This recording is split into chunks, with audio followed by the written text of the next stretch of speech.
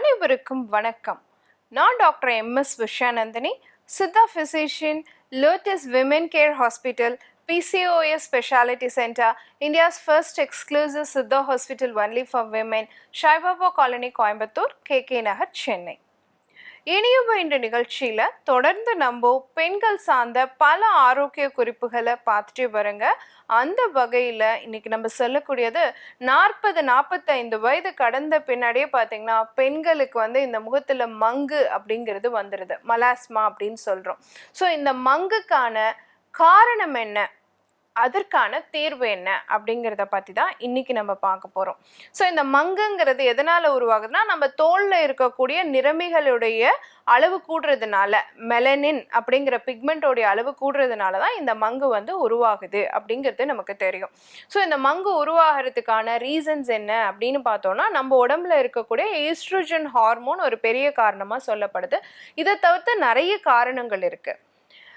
நம்ம சூரிய ஒளியில போறோம்னு வச்சுக்கோங்களேன், அதுல இருக்கக்கூடிய புற ஊதா கதிர்கள் அப்படின்னு சொல்லக்கூடிய யூவி லைட்ஸ் நம்ம தோல்ல இருக்கக்கூடிய அந்த மெலனோசைட்ஸ் அப்படிங்கிற அந்த செல்களை தூண்டி மெலனினை ப்ரொடியூஸ் பண்ற, அந்த நிறமியை ப்ரொடியூஸ் பண்ற அந்த செல்களை அதிகமாக தூண்டக்கூடிய தன்மையுடையதாக இருக்கும். அப்போ ஆட்டோமேட்டிக்கா பார்த்தீங்கன்னா நம்ம தோல்ல அந்த நிறமி அதிகமாகி அது மங்காக உருவாக ஆரம்பிக்கும். இது ஒரு காரணம். ரெண்டாவது விஷயம் பார்த்தோம்னா, இதே புற ஊதா கதிர்கள் நம்ம தோல்ல இருக்கக்கூடிய வீக்கத்தை அதிகரிக்கக்கூடிய இன்ஃப்ளமேட்டரி சைட்டோகைன்ஸ் அப்படிங்கிற செல்களையும் தூண்டி அதன் மூலமா மெலனின் பிக்மெண்ட்டை அதிகப்படுத்தி நம்ம தோல்ல இந்த மாதிரி ஒரு கருந்திட்டு மாதிரியான ஒரு அமைப்பை உருவாக்குறதா நம்ம மங்கு அப்படின்னு சொல்றோம். இது புற ஊதா கதிர்கள்னால நம்ம சந்திக்கக்கூடிய பிரச்சனை. ரெண்டாவது விஷயம் பார்த்தோம்னா, நம்ம சொன்ன ஹார்மோன் பிரச்சனை. இப்போ ஹார்மோன் அப்படின்னு எடுத்துக்கிட்டோம்னாலே பெண்களை பொறுத்த வரைக்கும் தைராய்டு ஹார்மோன் பிரச்சனை இருக்கக்கூடியவங்களுக்கு கண்டிப்பாக இந்த மங்கு வரதுக்கான வாய்ப்புகள் ரொம்ப அதிகம். அதே மாதிரி ஈஸ்ட்ரோஜன் ப்ரொஜெஸ்ட்ரான் ஹார்மோன் இம்பேலன்ஸ்டாக இருந்து ஈஸ்ட்ரோஜன் ரொம்ப கூடுதலாக இருந்தாலும் இந்த மங்கு வரதுக்கான வாய்ப்பு ரொம்ப அதிகம். அதே மாதிரி மெலனோசைட் ஸ்டிமுலேட்டிங் ஹார்மோன் MSH அப்படிங்கிறது கூடுதலாக இருக்கும் பொழுதும் மெலனோசைட்ஸோடைய எண்ணிக்கை அதிகமாகி அதை தொடர்ந்து மெலனின் பிக்மெண்ட் அதிகமாகி நம்ம தோலில் இந்த மாதிரி மங்கு மாதிரியான சிகப்பு கருந்திட்டுகள் உருவாகிறதுக்கு காரணமாக அமையுது. இன்னொன்று பார்த்தீங்கன்னா, சில ரேசஸ்ல மரபணு காரணமாகவும் இந்த மாதிரி பிரச்சனைகள் உருவாகும். அடர்த்தி அதிகமான நிறத்துல இருக்கக்கூடியவங்களுக்கு ஈஸியா மங்கு உருவாகும் அப்படிங்கிறது ஒரு அறிவியல் உண்மையாகவும் இருக்கு. அடுத்து நம்ம உடல்ல இருக்கக்கூடிய நோய் எதிர்ப்பு சக்தி குறையும் பொழுது அதனால அந்த இன்ஃப்ளமேட்டரி சைட்டோகைன்ஸோடைய அளவு அதிகமாகி அதை தொடர்ந்தும் நம்ம தோல்ல அந்த ஆக்சிஜனேட்டர் தன்மை அப்படின்னு சொல்லக்கூடிய ஆக்சிஜன் லெவல்ஸே பேலன்ஸ்டா இல்லாம ஆக்சிடேட்டிவ் ஸ்ட்ரெஸ் அதிகமாகி அது தொடர்ந்தும் பார்த்தீங்கன்னா இந்த மாதிரி மங்கு உருவாகிறதுக்கு வாய்ப்பு இருக்கு அப்படின்னு சொல்றாங்க.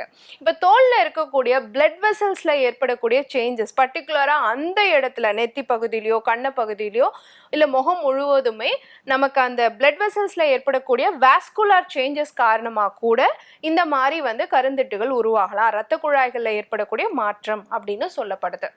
இப்போ நம்மளுக்கு என்னன்னா, மங்கு இந்த மாதிரி ஸ்கின் ப்ராப்ளம் அப்படின்னு சரி, ஒரு பிம்பிள்ஸு, ஒரு கருந்திட்டு, இல்லைன்னா பார்த்தோம்னா நம்ம நிறைய ஹேர் க்ரோத் இருக்குது அப்படின்னு நம்ம ஒரு டாக்டர்கிட்ட போகும் பொழுது அவங்க ஏதாவது ஒரு ஃபேஸ் க்ரீம் சஜஸ்ட் பண்ணுறாங்க, இல்லை நம்மளே போய் ஒரு OTC கவுண்டரில் ஒரு க்ரீம் வாங்கி போடுறோம் அப்படின்னா கூட அந்த காஸ்மெட்டிக் க்ரீமோட சைடு எஃபெக்ட் காரணமாகவும் மங்கு உருவாகும் அப்படிங்கிறதையும் நம்ம தெரிஞ்சுக்கணும். சரி, இத்தனை காரணம் இருக்கு மங்கு உருவாகிறதுக்கு அப்படின்னு இருந்தாலும் முதல் விஷயம், உங்க உடல்ல இருக்கக்கூடிய 40-45 வயது கடந்த பிறகு இந்த மாதிரி பிரச்சனை இருக்குன்னா கண்டிப்பா அது ஹார்மோன் கோளாறு தான் அப்படிங்கிறத தெரிஞ்சுக்கிட்டு அந்த ஹார்மோன்களை சீர்படுத்தக்கூடிய உணவு முறை, வாழ்வியல் முறை, மருந்துகளையும் எடுத்துக்கணும். சரி, எக்ஸ்டர்னலா என்ன நாங்க அப்ளை பண்ணலாம் அப்படின்னு கேட்டிங்கன்னா, புழுங்கல் அரிசி மாவு இருக்கு இல்லையா, அதை நல்லா பொடி பண்ணி எடுத்துக்கிட்டு அது ஒரு 20 பார்ட் அப்படின்னா 80 பார்ட் பாசி பயறு மாவு அதை எடுத்து நல்ல பாலில் மிக்ஸ் பண்ணி ஒரு ஃபேஸ் பேக் மாதிரி போட்டு வாஷ் பண்ணிட்டு வந்தீங்கன்னா படிப்படியாக இந்த பிரச்சனை குறையறதுக்கு வாய்ப்பு இருக்குது. அதே மாதிரி நாட்டு மருந்து கடையில் ஜாதிக்காய் அப்படின்னு கிடைக்கும். அது சுத்தமான ஜாதிக்காயாக வாங்கிட்டு சாதாரண கல்லில் சுத்தமான பசும்பால் விட்டு நல்லா இலைச்சிட்டு அதை விழுதாக எடுத்து நீங்கள் உங்களுடைய மங்கு இருக்க ஏரியாவில் நீங்கள் அப்ளை பண்ணிட்டு வந்தீங்க அப்படின்னு சொன்னால் படிப்படியாக இந்த மலாஸ்மான்னு சொல்லக்கூடிய மங்கு குறையறதுக்கான வாய்ப்பு இருக்குது. தக்காளி இருக்கு இல்லையா, அதில் இருக்கக்கூடிய லைக்கோபீன் அப்படிங்கிற சத்துமே வந்து பார்த்தீங்கன்னா உங்கள் தோலில் இருக்கக்கூடிய நிறமிகளை குறைக்கக்கூடிய தன்மை உடையதாக இருக்கு. எலுமிச்சைக்கு வந்து விட்டமின் சி ப்ராப்பர்ட்டி இருக்கனால ஸ்கின்னை ரிப்பேர் பண்ணக்கூடிய தன்மை இருக்கு. ஸோ தக்காளியை வந்து நல்லா ஸ்குவீஸ் பண்ணிட்டு எலுமிச்சை சாறு அதில் பிழிஞ்சிட்டு நல்ல ஃபேஸ் பேக் மாதிரி அப்ளை பண்ணிட்டே வந்தீங்கன்னா கண்டிப்பாக படிப்படியாக உங்கள் முகத்தில் இருக்கக்கூடிய மங்கு குறையிறதுக்கான வாய்ப்பு இருக்கு. ஸோ நிறைய க்ரீம்ஸ் வாங்கி போடுறோம், நிறைய ட்ரீட்மெண்ட்ஸ் எடுக்கிறோம், காஸ்மெட்டிக் ட்ரீட்மெண்ட்ஸ் போகிறோம். அப்படிங்கிறத தாண்டி வெறும் இந்த தக்காளியும் எலுமிச்சை பேக்குமே நீங்கள் தொடர்ச்சியாக போடும் பொழுது 40-45 வயது கடந்த பெண்களுக்கு வரக்கூடிய மங்குக்கு வந்து கண்டிப்பாக ஒரு தீர்வு காண முடியும். ஆனால் காரணம் என்ன? இப்போ வெயிலில் போகிறதுனால வருதுன்னா வெயிலில் போகிறத கம்மி பண்ணிக்கிறது, ஃபேஸை கவர் பண்ணிக்கிறது, சன்ஸ்க்ரீன் லோஷன்ஸ் போட்டு ப்ரொடெக்ட் பண்ணிக்கிறது, அந்த மாதிரி இருக்கணும். உணவு முறை மாற்றம் என்னங்கிறத பார்த்துக்கணும். ஹார்மோன் சேஞ்சஸ்னால் அதுக்கு என்ன காரணங்கிறத பார்த்துக்கணும். கெமிக்கல் அலர்ஜியாக இருக்குன்னா என்ன பொருள்னால வந்திருக்குன்னு பார்த்தா அதை அவாய்ட் பண்ணும்.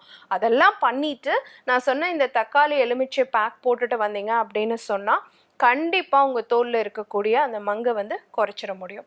பயன்படுத்தி பாருங்க. இதே மாதிரி இன்னொரு ஆரோக்கிய குறிப்போடு நான் உங்களை சந்திக்கிறேன். இயற்கையோடு இணைவோம், ஆரோக்கியமாக இருப்போம், ஆனந்தமாக வாழ்வோம். நன்றி, வணக்கம்.